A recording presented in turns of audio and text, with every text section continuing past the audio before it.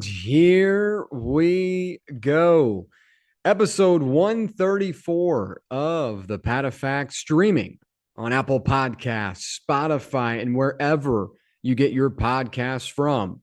It is November 18th, 2025. Thank you so much for tuning in. I'm William Patteson. All right, back for another edition of my weekly college football takes. And after a big week 12, we've got plenty to cover as we're approaching the final couple of weeks of the season, folks. And that means everything matters a little bit more, where the college football playoffs and many teams' hopes are still in the balance. Teams that are trying to sneak in and find their way is in the balance. And also you've got some teams that are, trying to build some momentum in the next season, because there are some teams across the country that aren't firing their coach this year and aren't having a garage sale on all their players. They need some momentum heading into the next season. So there's a lot going on in these final weeks of the season. And that's why it's really important that we come today and talk about it. So I'll go over all the big matchups, my takeaways from the action over the weekend. I'll have some supplementary takeaways from some of the maybe not as big games that I still want to talk about.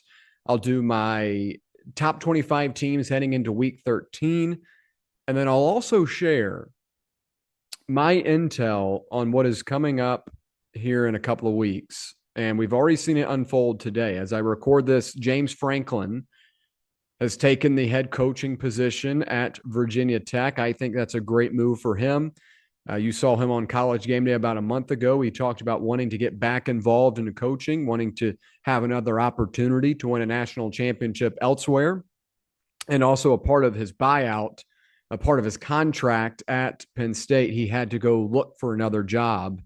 So now Penn State will only have to pay $9 million to Franklin as a part of that $56 million buyout. So both parties win there. I'm really excited for James Franklin. I think he'll do well in Blacksburg, but there's a lot that could possibly unfold here in a couple of weeks. And I'll share you what I know about Lane Kiffin, what I know about a possible domino effect that could take place with coaches that are currently at their school, haven't left, haven't been fired, haven't decided to go elsewhere. There could be a huge domino effect in college football. I'll tell you guys about that at the very end of the episode. But before we get into it, thank you so much for listening. I really do appreciate it. We've had so much growth this college football season, folks. It is incredible. On Instagram right now, we are averaging 30 million views a month. When we started doing these college football top 25, my preseason top 25 back in June, we were doing about 100K. And now we're doing 30 million in a month, and the followers continue to grow, coming off really one of our best weeks ever. So make sure you're following at the PatteFacts on Instagram and at the PatteFacts on Twitter, at TPFacts on Sports on TikTok, and at the PatteFacts on YouTube. Big things are coming in 2026, folks. This is all a part of a big plan to make this thing a lot bigger than it already is. And again, I'm so blessed for everyone that has been a part of this journey. But I've got bigger ideas. I've got bigger plans than just having some fun on Instagram and doing this podcast. And, I want to grow this. I want to make this to where this is a go-to destination for people that are intrigued by college football 24/7 year round. And I feel like we're starting to put some of the groundwork in. So really do appreciate it. Make sure you're following there. And if you're listening on YouTube, or I guess watching on YouTube, listening on a podcast, make sure to follow, like, subscribe, and hit that bell notification so that you never miss an episode. All of our announcements are out of the way. Let's get into the action. Why don't we? Our week 12 takeaways. And we'll kick things off in Tuscaloosa, T-Town, as number 11 Oklahoma rolls number 4 Alabama 23-21. And the pregame storylines heading in this one, I thought were pretty simple. For Oklahoma, your college football playoff lives are on the line. Your hopes and dreams of playing in the postseason are on the line, and you can't afford another loss. A 9-3 SEC team, I think it would be difficult to make it in. It'd be even more difficult for Oklahoma. And we will talk about another 9-3 team here in a little bit that I think could possibly have an opportunity with what they have left on the schedule. But again, I don't want to get too ahead of us. Oklahoma, for the most part, playing for their college football lives in this one. For Alabama, a big thing I talked about last week on Fox Sports was, does Alabama have the offense right now, at least the offensive momentum, to go up against a top 2 defensive unit in Oklahoma? They've regressed over the last couple of weeks heading into this one Saturday in terms of their EPA and Ty Simpson's pass depth perception and the average of yards for completed pass. Everything has kind of dwindled a little bit ever since they really caught fire in mid-October. And this is still a really good Alabama team, but I had some serious questions about the Tide's ability to be able to facilitate enough offense up against an Oklahoma defense that went into Neyland Stadium a couple of weeks ago and made a couple of really, really big plays. Could they do that in this one? If you followed at the PatteFacts, another reason why on Instagram to follow, I had this as a 2-unit play for Oklahoma +6, and I had the money line. I really like the spot here, and my intuition was correct because this Oklahoma defense forced critical turnovers. They forced 3 in total. You had a punt return fumble. I think it was Ryan Williams kind of muffed or didn't muff it, was running it out and just trickled out. Oklahoma covers that. You had a pick 6 from Eli Bowen. We'll talk more about the Bowens here in a minute because they were really impactful in this one, but that pick 6 was big. And then they had another forced fumble. So 3 total turnovers that they cause. And that's huge because you're on the road. You're up against an offense that is very capable, more than capable, with a Heisman contending quarterback in Ty Simpson. Ryan Williams, one of the most electric wide receivers in the country, in a deep receiving core in general with Isaiah Horton and Jeremy Bernard. This team can boom at any time. And Jam Miller hasn't had that great of a season. Alabama hasn't been able to establish the run that well at all, but he is another back that has shown that can break off some big plays. So this is an offense that could boom. But Oklahoma forced turnovers, and they capitalized on them. We'll talk about how they capitalized here in a minute, but let's focus on these Bowen guys. Eli and Peyton, they're brothers. Eli Bowen was one of my favorite cornerbacks, defensive backs headed into this season. Talked about him in the offseason when we did our top 25 teams, and he had an 87-yard touchdown off a pick 6. It's Ty Simpson's 2nd interception of the season that he's thrown. Just shows how good this guy is in terms of taking care of the football. And that's been a big characteristic of this Alabama offense throughout the season. You know, they might have some struggles here and there. Their EPA numbers and stuff like that has dropped, but they aren't turning the ball over specifically. So that's been a positive, but they had a couple of really key turnovers here. And Eli Bowen with that pick 6 was big, gave Oklahoma some early momentum. And then Peyton Bowen, his brother, broke up the 4th down pass where Alabama was trying to put together a game-winning drive. So both the Bowens played really big in this one. And those are the type of plays that Oklahoma had to make to win this one because they were without R. Mason Thomas. And R. Mason Thomas is one of the best edges in the country. I look at him as kind of a utility knife, a guy that you can use off the end, a guy that you can use at linebacker. And Oklahoma has that all over their roster. The versatility is great. And credit to Brent Venables for the type of group he has formed this season. There's been a lot of talk over the last couple of seasons heading into this season about Brent Venables' ability to field a college football playoff level team. And I believe that this could have been the one. And I talked about it this offseason. I said I had to see some things in order to fully hop on the bandwagon. And they're not winning in the sexiest way possible, but they're getting it done defensively, which is what Venables' strong suit is. So that tells me that this is a guy that is doing his job correctly. And the Sooners get to Ty Simpson 4 times in total without our Mason Thomas playing. So defensively, Oklahoma did their job. They forced critical turnovers and put a lot of pressure on Simpson. The thing I mentioned earlier that is really big in this one, the second reason why Alabama was not able to win this one is because Oklahoma capitalized on turnovers and in the red zone. The Sooners only totaled 212 yards here, folks. And it was very reminiscent of what they did at Tennessee. Tennessee outgained them 255 to 100 at halftime. But they were up 6 points because they capitalized on turnovers and they ended up winning that game. And in this one, they took advantage of short fields and opportunities off those interceptions, off the interception from Eli Bowen goes for a touchdown, off of the fumble return. They're able to get it into the end zone, stuff like that. That's big. And it helps when you've got this ridiculous looking kicker that wears biker shorts, but my golly, he can hit a 50-yard field goal like it's nothing. So they take advantage of turning you over. And if you're going to be a good defense, you have to do that. And Mateer only goes 161 total yards here and a touchdown, but he makes game-winning plays. And that's what I like about him the most.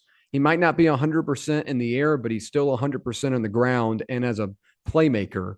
And I really, really respect his game and think he's been a big impact for this Oklahoma team. And again, Venables came into this season facing a ton of pressure. The Sooners had 2 losing seasons in the last 3 years, and those are the only 2 losing seasons of the century mark. But this now looks like a program that has gotten it together.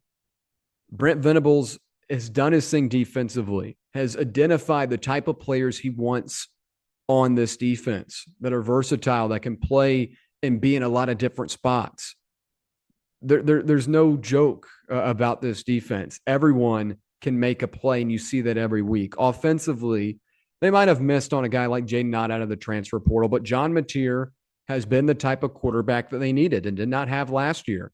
A guy that can take care of the football and a guy that can manage the game correctly. And if you're going to lean into your defense, you've got to have a guy like that. But Mateer can also be big in the clutch and is composed in the clutch. And that's what I think is really big about this Oklahoma team. So credit to them. This was a big win. They needed it, and they got it done. For Alabama, this was a little bit of a concerning loss because they got in their own way a lot here. Ty Simpson goes 28 of 42 for 326 yards and a touchdown, and did have an interception, as I mentioned, his second on the season. The running game has been an issue all year, and they got a little bit of an impact from Daniel Hill. He had 15 carries for 60 yards and 2 touchdowns. I thought that was a big bonus for him. But outside of that, they were not able to really get Jam Miller involved. So you had those turnovers, which were key, 3 on 3 on the day. And I felt like that's what put him in the toughest spot. I felt like that gave Oklahoma really good field position, the opportunity to get some free points on the board. And despite Alabama's defensive effort, which, again, I thought did a fine job, you hold the Sooners to 212 yards most of the time in a top 10 matchup. You're going to, top 15, top 11, whatever you want to call it. Most of the time in a type of matchup like that, and you hold the opponent to 212 yards in your own building, I'd imagine you'd win. But not when you get in your own way, and that's what Alabama did. I will give credit to Josh Cuevas at tight end. I thought he played really well, 6 receptions, 80 yards, and a touchdown. Jeremy Bernard continues to be the unk of that room, but he's a reliable target, and that's the type of receiver that Ty Simpson needs in this first year as a full-time starter. I don't look at him as a young guy by any means anymore, but you need those type of players like Bernard that are reliable and that can make plays, and that's what he does. Overall, this was a little bit of a concerning performance from Alabama's offense. The numbers are a little bit inflated because they started having to throw a little bit more than they wanted to. But again, that's because of that run game being axed like Oklahoma did to Tennessee, where they had to throw the ball a lot. So a concerning loss at home for Kalen DeBoer and company. And now that's 2 straight wins for the Sooners over Alabama. That a year ago, literally a year ago, like this weekend, because Oklahoma and Alabama played in the final, 2 weeks of the season last year? It was towards the end. And yeah, I think it was the second to last week. So it would have been around this time last year. If you had told me that Oklahoma is going to be Alabama last year with the Oklahoma team that they had, and then again this year in Tuscaloosa, I would have thought you were crazy. But William Patteson did have Oklahoma +6 for 2 units and money line. The Paddlocks, really good weekend, by the way, +4.6 units. How about that? My other point about Alabama, though, the Iron Bowl just got interesting. The Iron Bowl is now going to be Alabama's last chance to make the college football playoff. It's a win or go home game at Auburn. That does not sound like a good idea. But Alabama's now in this position. And Auburn's got a really good defense. They've only allowed one team this season to score more than 24 points on them. Granted, it was against Vanderbilt the last time they were out, but this is a stout Auburn defense as well. They're very similar to Oklahoma, just a lot of guys that can play different positions. Keldrick Falk is one of the best defensive players in the country, period. And is Ty Simpson ready for an Iron Bowl environment? He's played in some big games this season. He excelled against Georgia. But the Iron Bowl's always got a little bit something different to it. And Auburn's got nothing to play for. Ashton Daniels is going to be benched on Saturday against Mercer just so he can play against Alabama and not burn his red shirt. That's how serious Auburn is taking this game. They want it more than anything. And they want to see Alabama lose their season on their home field. DJ Durkin is a defensive wizard. He's going to be ready for this Alabama team. The Iron Bowl just got really, really interesting because Alabama did not handle business in T-Town. That's going to be a fun one in Week 14. All right, we'll switch over now to number 5, Georgia continues to own Texas. And this Bulldogs team used a big-time fourth quarter, a surge in the fourth quarter to put away number 10 Texas 35-10. The score a little bit misleading for how this game was close through most of the game, at least through 3 quarters. But heading into this one, it's, Arch Manning's played well. Arch Manning had put together some really good games in the matchups leading up to this one to where I thought he'd started to turn things around. And don't get me wrong, by any means, he was not the reason why Texas lost Saturday. And we'll talk about that here in a minute. But could Arch perform at that level where he's got 7 touchdowns to 1 interception and like 700 yards in his last 2 games? Could he do that up against Georgia on the road between the hedges? For Georgia, could they handle business at home in this spot? Because they didn't do it against Alabama. And this was a nighttime game, 7:30, prime time. Could they handle it? They didn't do it against Alabama, but they did in this one. And my takeaways begin with Georgia wins the most important quarter, and that's the fourth. The fourth is like your final act.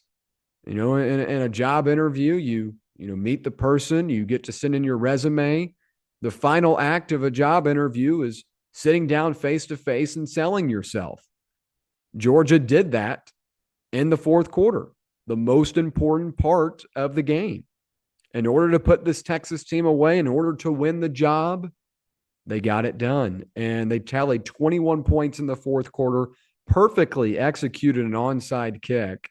And I have a pretty good number for this, a pretty good stat. I'll tell you here in a second. But it was interesting on the broadcast. Herbstreit and Fowler were talking about Steve Sarkisian knowing that something was coming at some point. And he said it was probably going to be on special teams, that Kirby was going to throw something at him. That just shows you how smart of a coach Sarkisian is and how good these guys know each other, how well these guys know each other. They know in a game like this, they might throw in a little bit of a wrinkle. And they did. And Smart did it at a time where you would not have expected. I mean, fourth quarter, Georgia goes up 21-10, 14 minutes left in the game. Why would they do an onside kick and risk giving Texas the ball at the 50-yard line when Gunnar Stockton had just thrown an interception 2 possessions prior, allowing for Texas to cut it to within 4 or maybe 3 if they went for 2? But that's exactly why Kirby Smart did it. And the reaction from him was awesome. He was jumping up and down. He knew that he probably just won the game off of that play. And honestly, it kind of did, because they go down and score and they make it an 18-point game. And with 10 minutes left, it's a 3-possession game. It's just too difficult. And that was the first onside kick of Kirby Smart's tenure at Georgia. And that comes from the Georgia's communications team. So I don't know what to say. That either shows that they've never had to been in a game, have to be in a game like that before, or he just doesn't like to be creative. I don't know, but he was creative in this spot. And for the game, Georgia totals 357 total yards, rushes for 6 times the amount of yards Texas does. We'll talk more about that here in a minute, because that's obviously a big concern for Texas. But Gunnar Stockton has continued to improve this season. I thought in the early half of the year, he really struggled against zone coverages, even against Tennessee. And that was in week 3, that was a really big matchup early in the season. When Tennessee would run zone, they would be able to bottle them up, and Stockton wouldn't be able to make a play. When Tennessee would play man, Stockton would have success. And that's how Georgia was able to get a couple of big plays late in that game. But over the course of the season, he has been much better with the zone. I think he's adapted to it better. You saw a little bit of both on Saturday. Texas has the personnel to go up against Georgia's wide receivers, but they also want to throw a couple different things at Stockton, and I thought they did, but Stockton handled it well. 24 of 29 for him, 229 yards, 5 total touchdowns, 4 in the air, 1 on the ground. Stockton, for a guy that made his debut against Texas last year in the SEC championship, I was there. I mean, it was a little bit of we'll see what this guy can do. You felt like he was more of a runner because he was a really good runner in the SEC championship. And obviously the college football playoff didn't go his way. But this year, I think he's continued to grow. And while it's not as impressive as like what a Ty Simpson has done, Stockton is still really, really good. And it just continues the path of Georgia quarterbacks that aren't necessarily like world beaters, but if you're good enough, you can win games. And I mean, Carson Beck won games for him. I thought he was a turnover machine at times.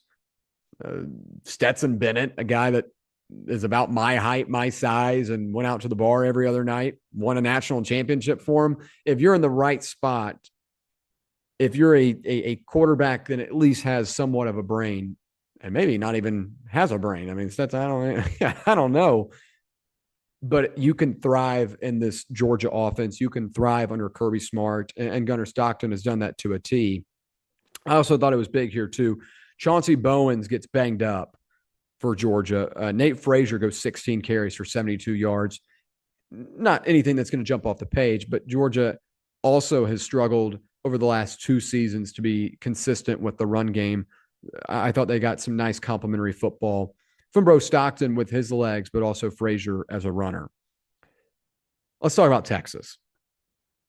Because this Texas team continues to just like I see the potential with them. I really do. We'll talk about that here in a minute.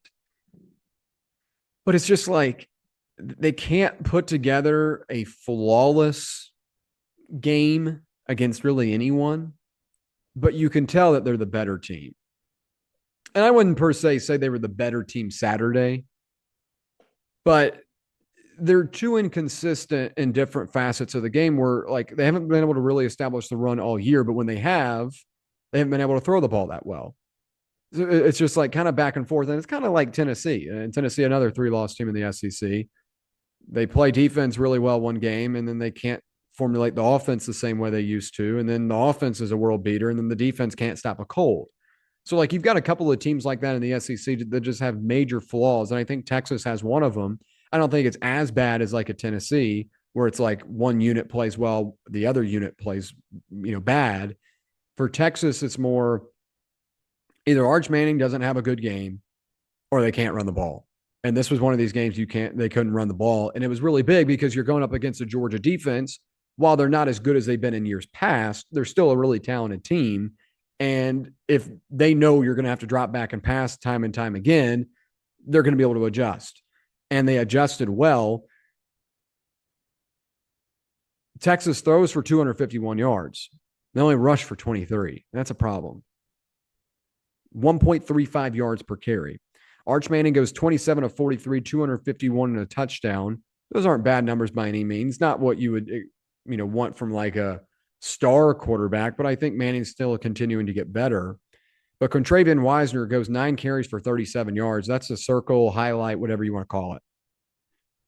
23 yards as a team. Your best back goes 37 yards. Not going to be able to do that in a top 10 matchup on the road against a Georgia Kirby Smart coach team. It's not going to do it. It's not going to cut. So they were one-dimensional once again in a big game this season. Against Ohio State, it was the defense was holding their end of the bargain. The offense couldn't get anything done. Against Florida, it was the offense continued to turn the ball over and they couldn't establish the run, really couldn't do anything. But even against games, against teams like Kentucky and Mississippi State, it's just been inconsistent. And I feel like that's the biggest concern with this team right now. They just cannot put together an all facets performance offensively. And Saturday was not the time to have just 23 yards on the ground. Now, I will say it wasn't all just the run game. DeAndre Moore had a couple of significant drops. He had 7 targets, ended up with 5 receptions, but he did go for 75 yards. They just had a couple of really timely misses where Arch would deliver a really impressive ball, but it just would whiff, just would miss. So I thought that was key. And then Emmett Mosley, the fifth, the Stanford transfer, he goes 3 receptions for 66, getting about 100, 20 something yards for those guys is always important. But again, just really we're lacking that ground game. Sarkisian now falls to 1-7 against top 5 teams at Texas. Interesting, right? And this Georgia team really just has Sarkisian and Texas's number. Beat him last year in the regular season, beat him again in the SEC championship, and got him again this year. So no SEC championship for the Longhorns, but I'm not willing to rule them out of the college football playoff yet. William, what? What? Texas is still alive? I think so. I think Texas can still make the college football playoff. I know it's not going to be a popular take, and I know a lot of Big Ten and ACC people don't want to hear that. But Texas still has an opportunity. I think they're the 15th best team in the country right now, and they're going to have the opportunity to beat Texas A&M in the final week of the season.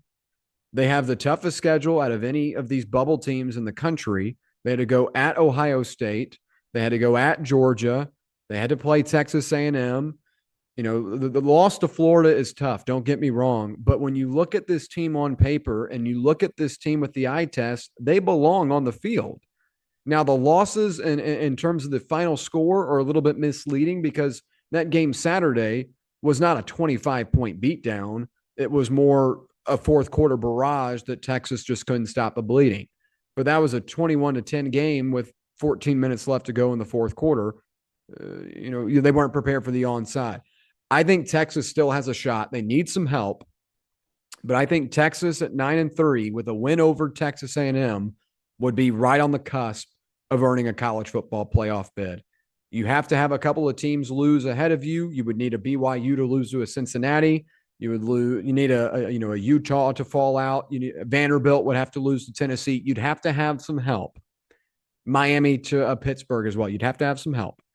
But I think Texas could be that first 3-loss team. If there was ever a season to put a 3-loss team in and the teams ahead of them lost, I think Texas would have the best argument, a better argument than any of the teams last year. I know it's going to be unpopular. I know. But I think Texas could have a shot if they beat Texas A&M. All right, we'll switch now to the ACC / non-conference, no conference. We had Notre Dame and Pitt on Saturday, folks. Number 9, Notre Dame travels to number 22, Pittsburgh. This one was a Narduzzi as the Fighting Irish handle Pittsburgh 37-15 in this one. And pregame storylines here, Notre Dame playing for their college football playoff lives every time they step on the field again this season. Do they get tripped up in a typical Pat Narduzzi Pittsburgh upset spot? That was kind of the question I had. And this is a Pitt team that's been playing really well. Like they had just spun off 5 wins in a row after they changed the quarterback to Mason Heinchel, I should say, a true freshman. They benched the Alabama transfer, and they've been playing well. But in the fine print below, I said last week on the radio, look at the people they beat. Look at the teams they beat. It's all ACC teams in the bottom 6 or 7. That was not intentional, by the way. Not intentional, 6, 7. But all in the bottom 6 or 7, 8 teams in the ACC. So it's a little bit inflated, but they have been playing good. But then you had Pat Narduzzi come out on Monday and said he didn't care if this Pitt team lost by 100. And I'm like, ooh, I don't like that answer. But then again, if you follow college football, this is just kind of how Pat Narduzzi does things. He said some stupid things and is a little quirky, but you just have to live with it. And then on Saturday on the college football game day set, or excuse me, a college game day set, I should say, he said, it's Saturday, it's game day. I don't care what I said Monday, we're ready to go. So then I felt confident. I was like, okay, we're going to get a good game. I was wrong because Notre Dame is playing really, really good football. I had Notre Dame minus 12.5 in this one. Really like that side. Had Georgia minus 6.5 too. We've started off with 3 games we covered on, so that's a good start, right? Notre Dame looked really good. Let's start on the defensive side of the ball because at the beginning of the season, if you go back to some of those original takeaway episodes, I know we had a little bit of a blip where we weren't doing them as often, but we've gotten it back together. I gave a lot of strays to Chris Ash, and I gave a lot of strays to Mike Denbrock, the 2 coordinators for this Notre Dame team. While I still have a little bit of an issue with Mike Denbrock, I might talk about it here in a minute. Chris Ash has turned things around. I called him Chris Ass for a good bit because he was ass. This defense was ass against Miami and Texas A&M. But they've turned things around, and I get it. It's not as stiff of a competition, but they are playing good offenses. Like Arkansas, they played about a month ago, was a top 25, top 20 offense in the country at the time. Hell, I think it was even top 10. And the defense shut them down. They shut down Boise State. They forced 4 turnovers. They shut down Navy last week, a Navy team that just beat South Florida this past weekend. Chris Ash and his defense have soundly responded from a lot of mistakes and miscues they had at the beginning of the season. So I feel like they have put the hand up and they have made up for everything that went wrong because Pitt just did not look like they belonged on the field against this Notre Dame defense. 219 yards in total, and that includes some pretty garbage time drives that Pitt was trying to put together to put up some points. 3.4 yards per play. The Panthers rushed for just 70 yards at 2.8 yards a carry. Mason Heinstl, the quarterback that took over 5 or 6 weeks ago, goes 16 of 33 for 126 yards and an interception. Heinstl just looked over his skis here. I love using that terminology, just over his skis, because he was.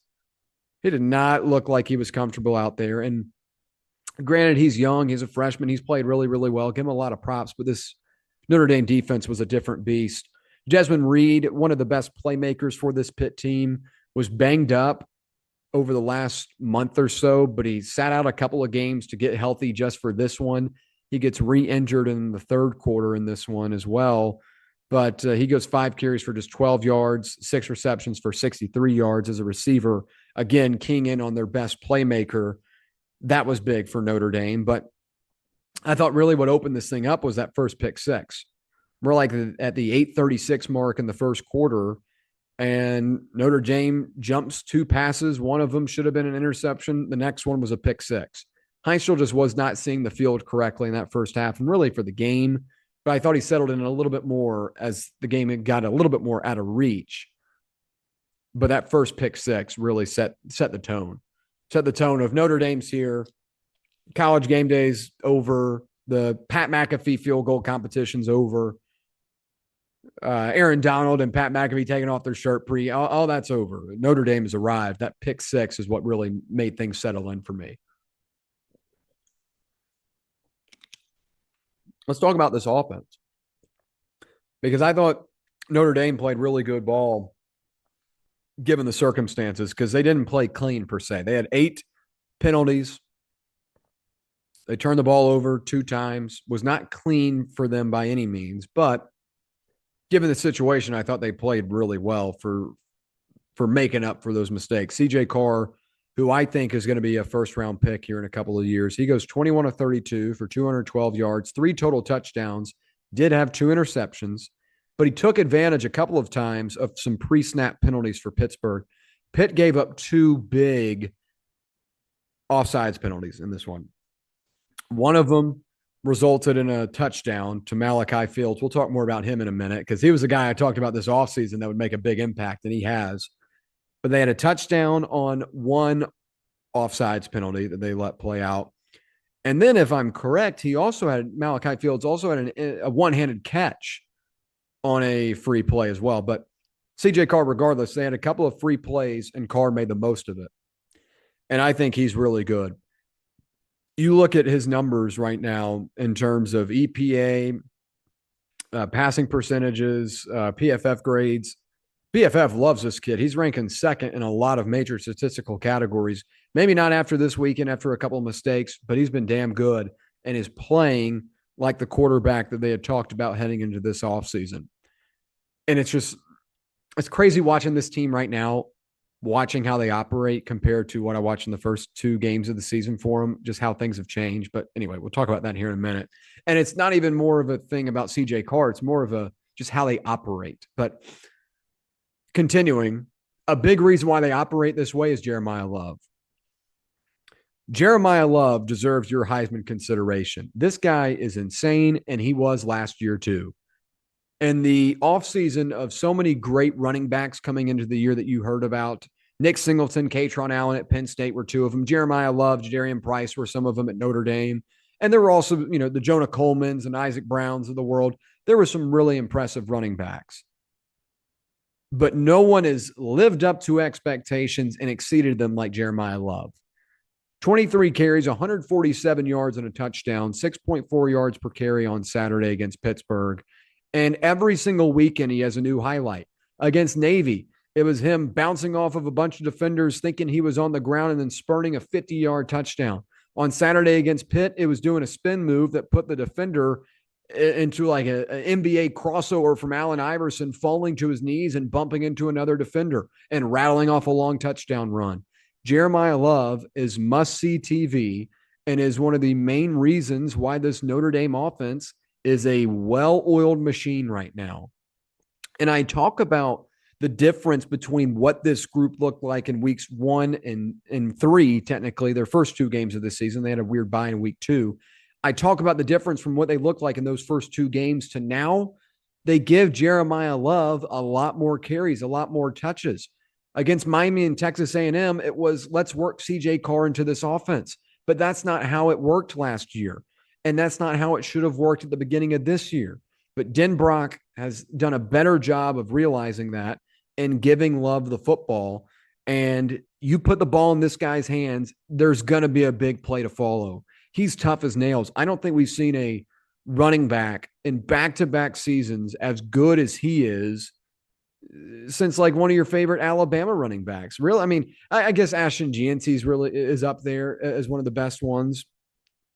But like it's a little bit different because Genty's going up against Fresno State. And Notre Dame, I know they're not in a conference, but they play a pretty tough schedule. They're 30th toughest in the country. It's not like they're playing cupcakes. Jeremiah Love is just fun as hell to watch, man. One of my favorite players to watch this season.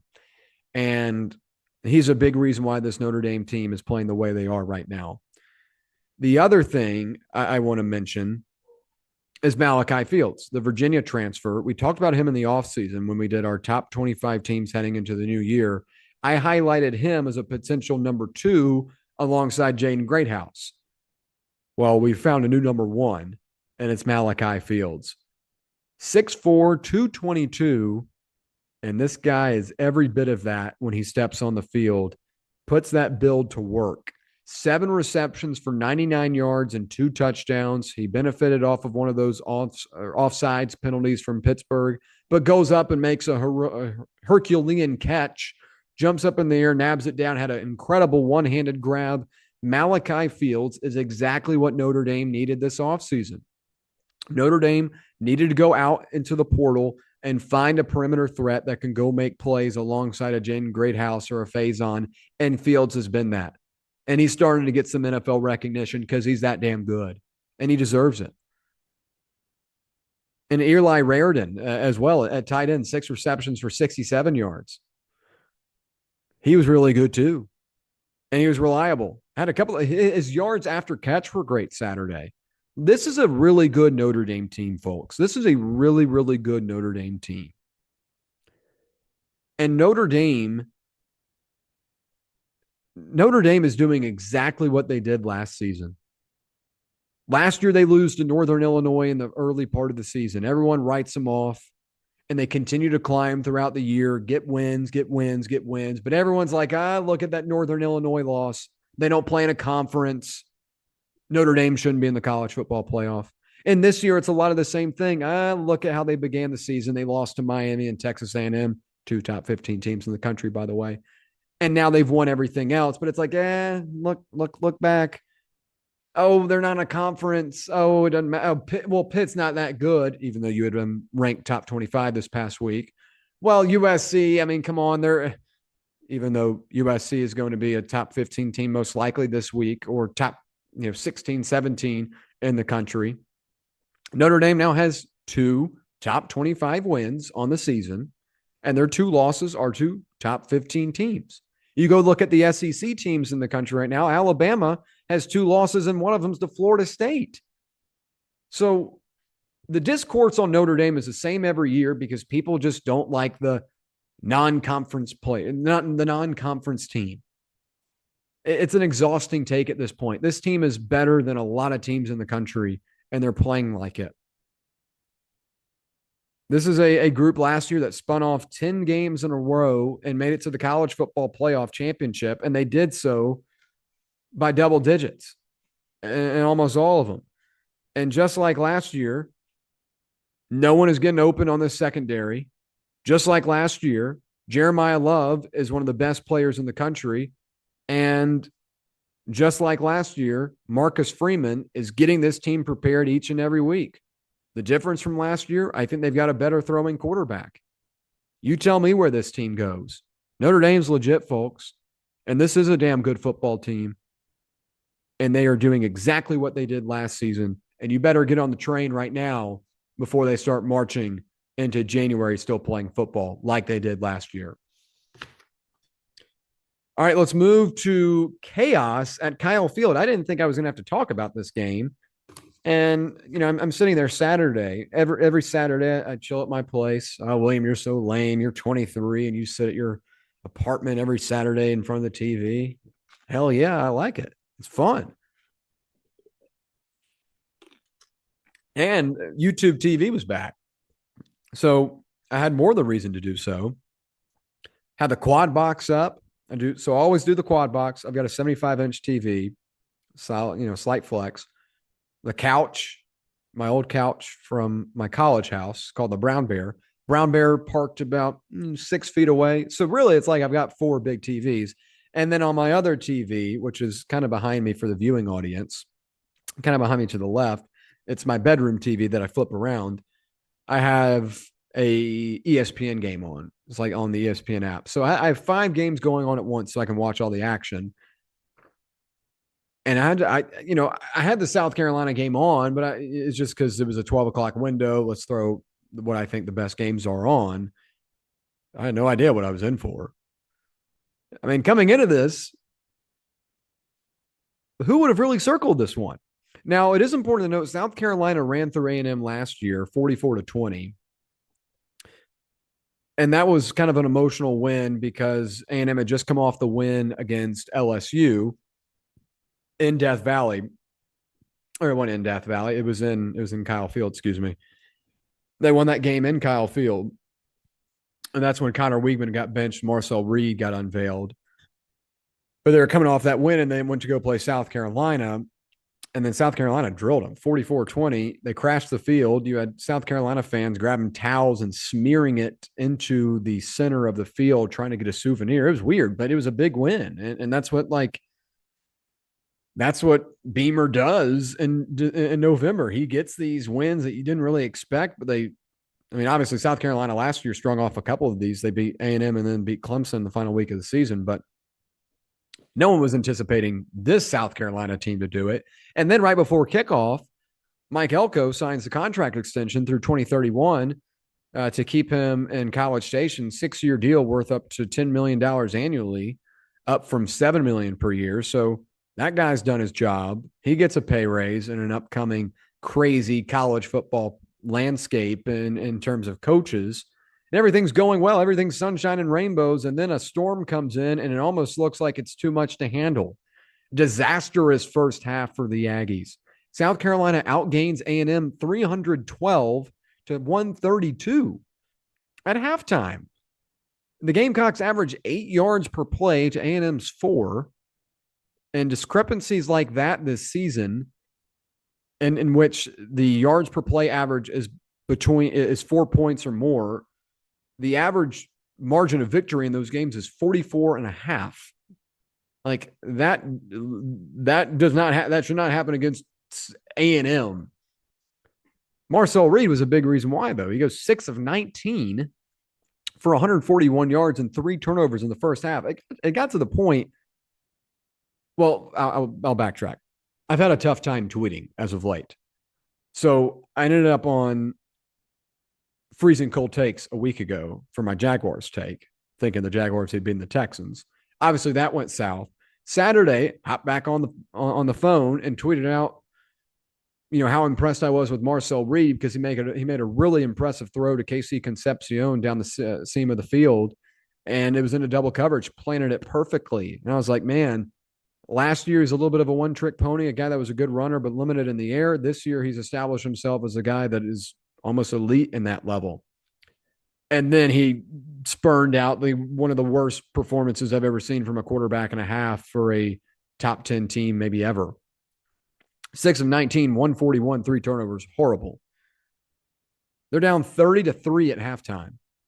In most cases, that is a loss. That is a chalk. That is fans are leaving the stands, and it is over. Hell, you even had the police officers getting involved in this one. I'm sure everyone saw that over the weekend. Nick Harbor the police officer, I should say, bumping into Nick Harbor and his teammates. That was ridiculous. But everything went wrong for Texas A&M. But the Aggies showed up in the second half. You had us in the first half, they said. As Marcel Reed then goes 16 for 20 for 298 yards and 3 touchdowns in that second half. A&M was really, really good on fourth down. They had 2 of them in that second half to extend drives. And one of them, so they come out and they score and make it 30-10. And they had another fourth down on that second drive. And if they had whiffed on that one, things could have gotten a little bit interesting because even at the end of this game, they were running out of possessions. Like they would have had an opportunity to go up 38-30, but that still would have been a one-possession game. So if they didn't have that, they very well could have been, talking about these fourth down conversions, that is, if they didn't have both of those, they could have been out of this game or having to drive against the clock to win the game. But they go 2 for 2 on fourth down. Marcel Reed was really comfortable, hit a crossing route to a wide open receiver. They were able to get a first down, move down the field and get scores. I thought Reed was much more composed and much more dialed in. I really don't know what to make of the first half. It was just awful. I got to the point where I was tweeting out in all caps, what is Marcel Reed doing? Because what are they doing with 27 seconds left in the first half, zipping it into double coverage? Just, oh my gosh, it was mind-boggling. But they were really good on fourth down in the second half. South Carolina just 76 yards in the second half in total for the game. Texas A&M goes 503. And look, this was not impressive for Texas A&M to, at least on the scoreboard, win by 1 point. Just South Carolina. Like if you're a scoreboard watcher, and this is no offense to my mother, but my mother texted me Saturday afternoon, says, Texas A&M beats South Carolina by 1. Are they really the number 3 team in the country? I'm like, well, they were down 30-3. So, scoreboard watching is a little bit different than watching. And not a stray. Once again, I'm not giving a stray to my mom. I'm just saying, if you watch the game and saw how it unfolded, you're like, whoa. But if you were at a game on Saturday and just checked your phone, you're like 30-31 or 31-30. Man, that's not an impressive win. But it was the largest comeback in Texas A&M history. And according to ESPN, SEC teams have been 0-286 in games in which they trail by 27 points since 2004.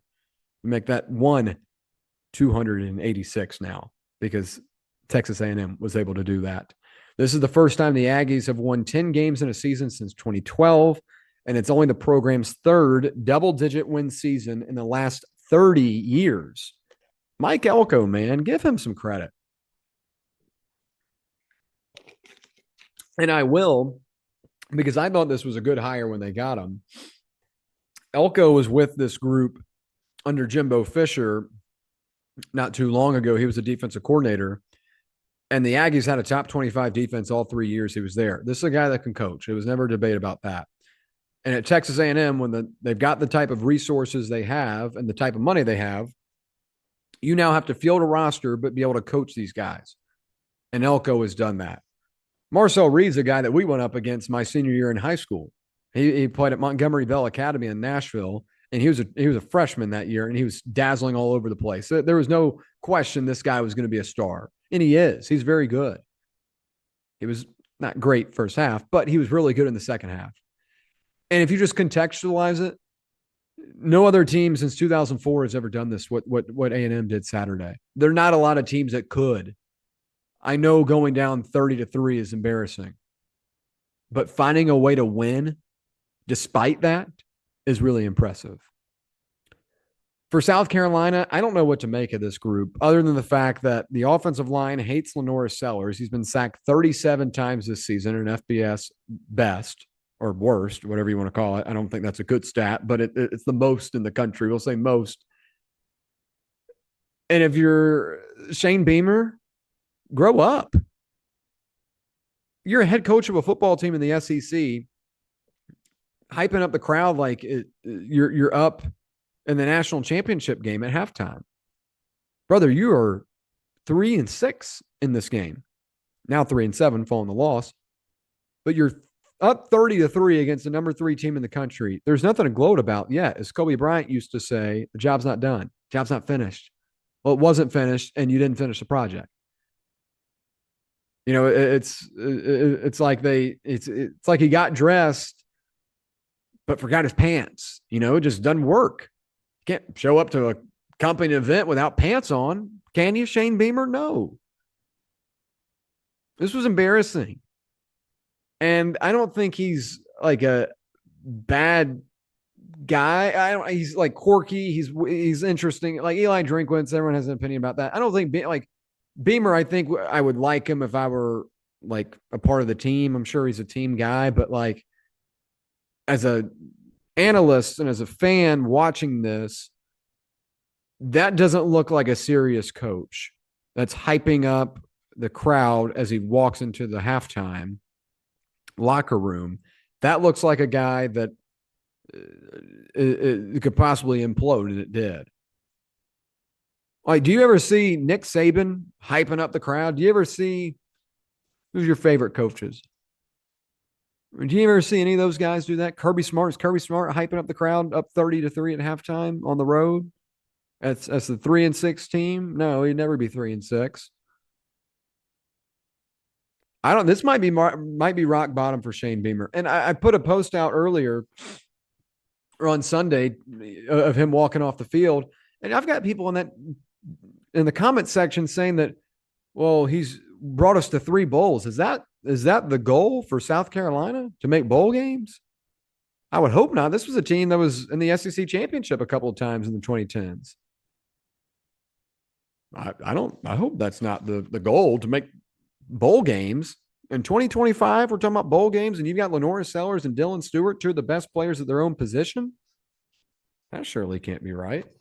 So congrats to Texas A&M. Big win. All right, other notable results that we won't go as in depth in, but they are still important. Number 17, USC defeats number 21, Iowa, in hurricane-like conditions. The final was 26-21.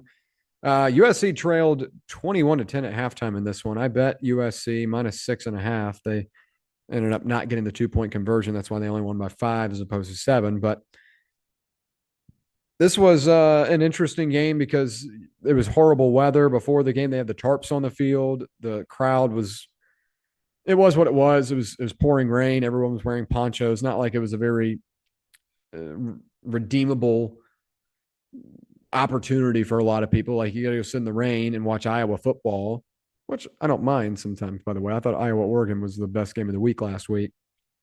But not a exciting brand to see. Like, USC tried to have to dip down and play that style. And Iowa did that in the first half. I thought they controlled this game and controlled the pace, but quickly USC got a couple of stops and they got it done in the air. Jane Mayava, 23 of 32 for 254 and a touchdown. Gets it to his playmakers, Jacoby Lane and Malik Lemon, I should say. two of the best receivers in the country. Both guys are going to be in the NFL. They're really good. And the conditions were not great, but USC outscores Iowa 16-0 in the second half. They get things going in the air. They fend off the weather conditions a good bit. But I'd really say the big takeaway here, outside of just finding a way to win in the second half, I thought they ran the ball well. And Iowa has been one of the best run defenses in the country throughout the season, but they allowed a ton of rushing yards to Oregon. They had not allowed more than 80 yards on the season, 85 yards on the season before Oregon. And they allowed Oregon to run for like 150, 200, something like that. It was a ton. And in this one, USC, not a run first team by any means, goes for over 100 yards, and King Miller gets 19 carries for 83 yards. Hawkeyes now back-to-back weeks of allowing over 100 yards to a Big Ten offense. I get it. They're better opponents, but Iowa had played some good teams before that, Indiana being one of them, and they didn't have that type of success on the ground. So two concerning performances from Iowa's defense. I do like the Hawkeyes, but I wasn't anticipating the run game being as big of a thing for USC as it was. Let's see. That's an old one. All right. The Lane Kiffin Bowl. Let's discuss that one, and we'll talk Lane Kiffin as well. Actually, let me check my phone and make sure we don't have any Lane Kiffin news, because I never know with this guy anymore if he's going to pick up and leave. I feel like I would have gotten a couple of Let's see. No Lane Kiffin news. No Lane Kiffin news. No Lane Kiffin news. We're good. And I don't think he's I mean, I'll share what I know here in a minute, but you just never know. Like I knew James Franklin was going to take the Virginia Tech job, but I didn't know when per se, because they kind of put him in an ultimatum of, if you don't take this job over the weekend, we'll give you till Monday. If not, we're going to move on. And Franklin was considering a possible opening at Florida State and was also having some conversations with people at Arkansas, but ultimately they couldn't give a firm answer either side. So he's like, all right, let's just take the for sure gig. And that also was a part of his buyout with Penn State. So now he gets to pay the full amount. So I don't blame him by any means, but that's all to say. Coaching carousel is going to be really crazy. That's why I had to check for Lane Kiffin. But let's talk about that Kiffin Bowl, because Kewan Lacey helps this number 7 Ole Miss team fend off a Florida team that continued their bipolar trend of football, play really bad one week, and then somehow fix everything the next week and play a lot better with a competitive team. That's what they did this week. They ended up losing 34-24. Score's a little bit misleading. It should have been 24 to, well, hold on, 24. It should have been 27-24, excuse me. Ole Miss scored with like a minute 30 because Florida stalled out at the goal line. Anyway, but Kewan Lacey goes 224 yards and 3 touchdowns. The transfer from Missouri has been incredible, and he's fun too. He's got this deal with Gentile in Oxford. Every time he scores a touchdown, you get 25% off a belt. B2A, really cool trend there. And the Ole Miss fans have been really nice to the PatteFacts this year. Lane Kiffin hit me with a repost. Kewan Lacey did as well. I like this crew. They're fun. So B2A, Kewan Lacey. Good performance Saturday. Rebs total 538 yards of total offense against a good but banged up Florida defense. Trinidad Chambliss goes 26 of 35 for 301 and 1 touchdown. But here, the thing with this one is the Gators continue to be so bipolar. This is a good Florida team in terms of personnel, but they can't put it together, and the defense really struggled over the course of this one in terms of the yardage allowed. Now, they got stops specifically, like they had a 4th and goal stop that was really, really big right before the half. That was great. They held them to a field goal, and they had another 4th down stop a little bit later on, but the yards continue to rack up to where Ole Miss had a lot of opportunities.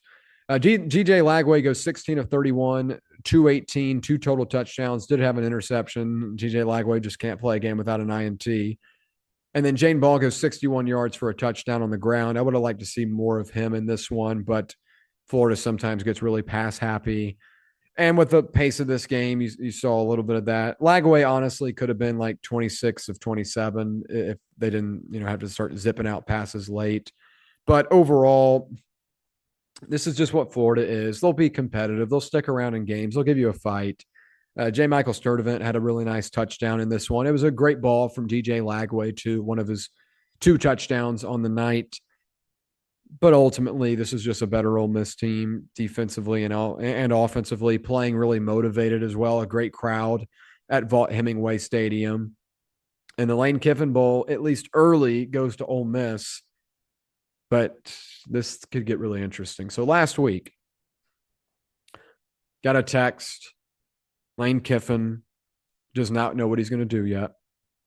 And one thing that's really bothered me over the last couple of weeks and really the last month is everyone's got a source, right? I've heard this, I've heard that. And I'm not saying that I'm inevitable and I am better than everyone and I know more than everyone, even though some people believe that I have that type of personality to them, which is not true. And a lot of it is like in a joking way for the people that don't know me personally. But like about sports, like I give my opinion and I'm firm to it. And some people take that as he can never be wrong. I don't necessarily believe that, but I believe in everything I say and I'll have an argument for it.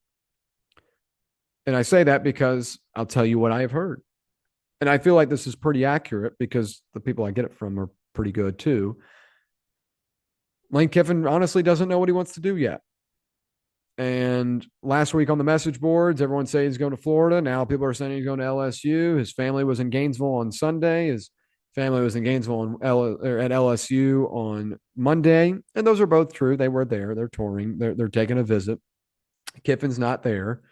But I know that Kiffin does not know what he wants to do yet. And that is a fact. He doesn't know what he wants to do yet. So I don't care who tells you that. He hasn't made a decision as of this recording on November 17th at 9:25. This comes out Tuesday morning, so maybe things have changed. But as things currently stand, he doesn't know what he's doing.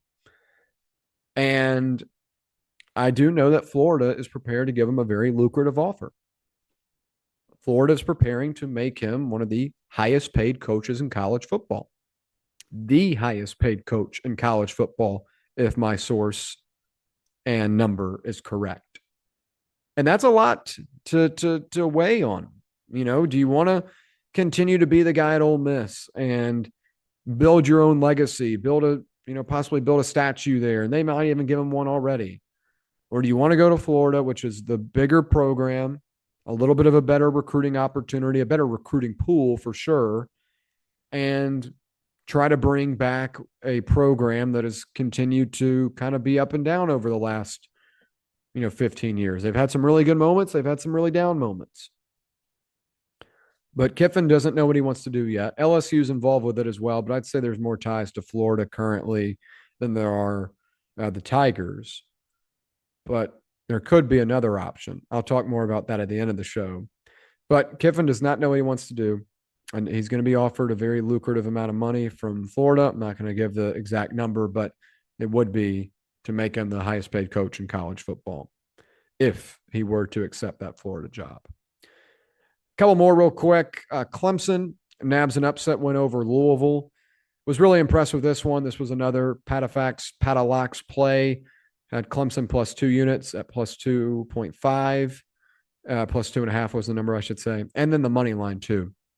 Look, Clemson has been through a tough season. They were my number 1 team in the country coming in. I know it has not gone well. I already put the hand up, pants down, everything. I got it. But this team continues to fight. And this team continues to play like they've got something to play for. Cade Klubnik, an experienced veteran quarterback, not giving up on the season. Dabo Swinney, a guy that's been through the ups of college football and the downs of college football. He's not giving up.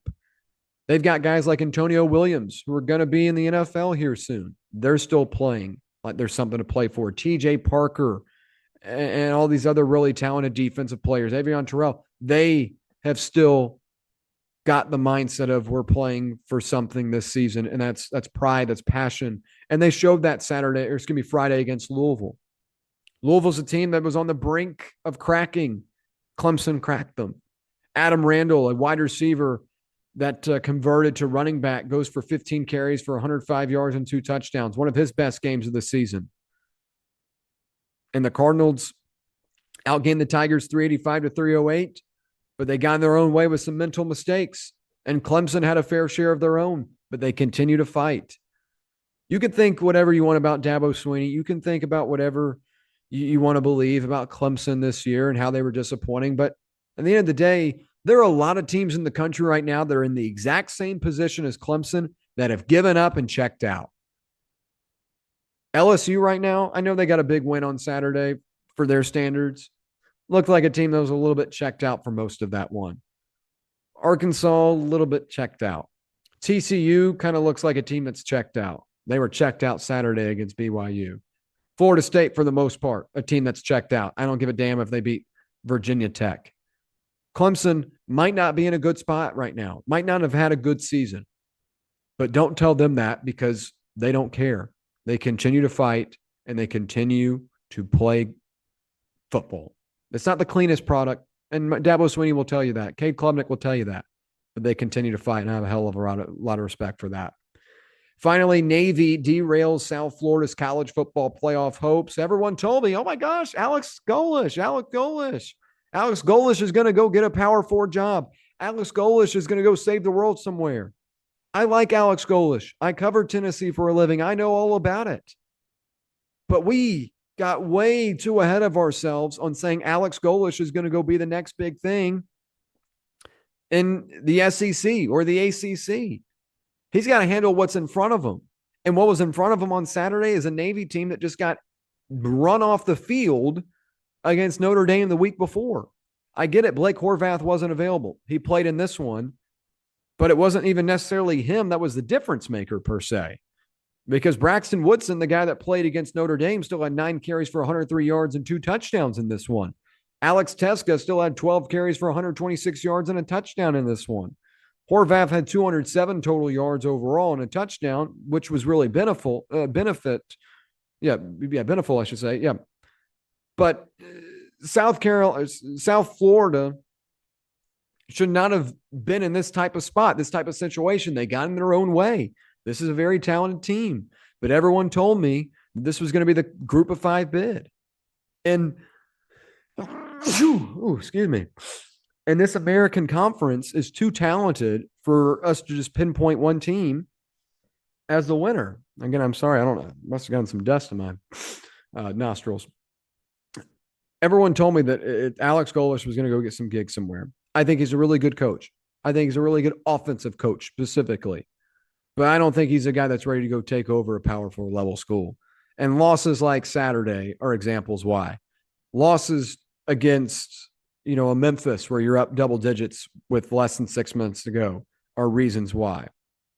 South Florida's a good team, but we got way too ahead of ourselves on Alex Golesh having one really good season at South Florida. All right. Real quick, my top 25 teams in college football heading into week 13. Let's go down the list real quick. Re-entering this week, number 25, Houston. The Cougars get a win over the weekend, though it was narrow. They are back in the top 25 because there are a lot of teams that are losing in front of them. Number 24, Navy. They jump in as South Florida drops. They find their first appearance on the William Patteson poll. Number 23, Tulane. This is their third reappearance of the season. They've dropped out a couple of times, but they find their way back into it. Number 22, Missouri. Missouri re-enters following their dropout a couple of weeks ago, following the loss to Texas A&M.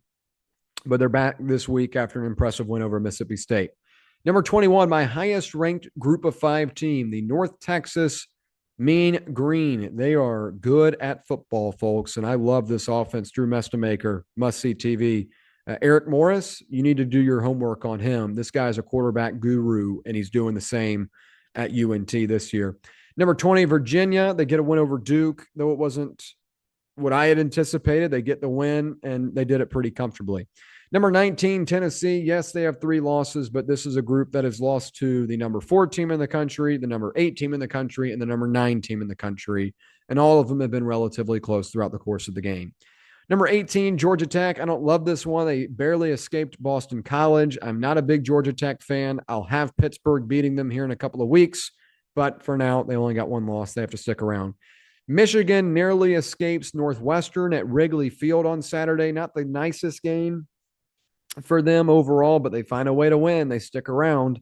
Number 16, USC. They have the head-to-head win over Michigan, so they find a spot above.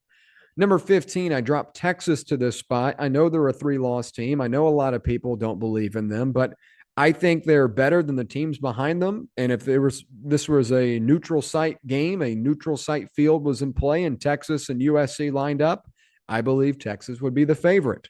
Number 14, Miami. The Hurricanes still have that loss to SMU, still have that loss to Louisville that now looks a little bit more unimpressive, but they handle business this weekend against a bad NC State team. They stick around.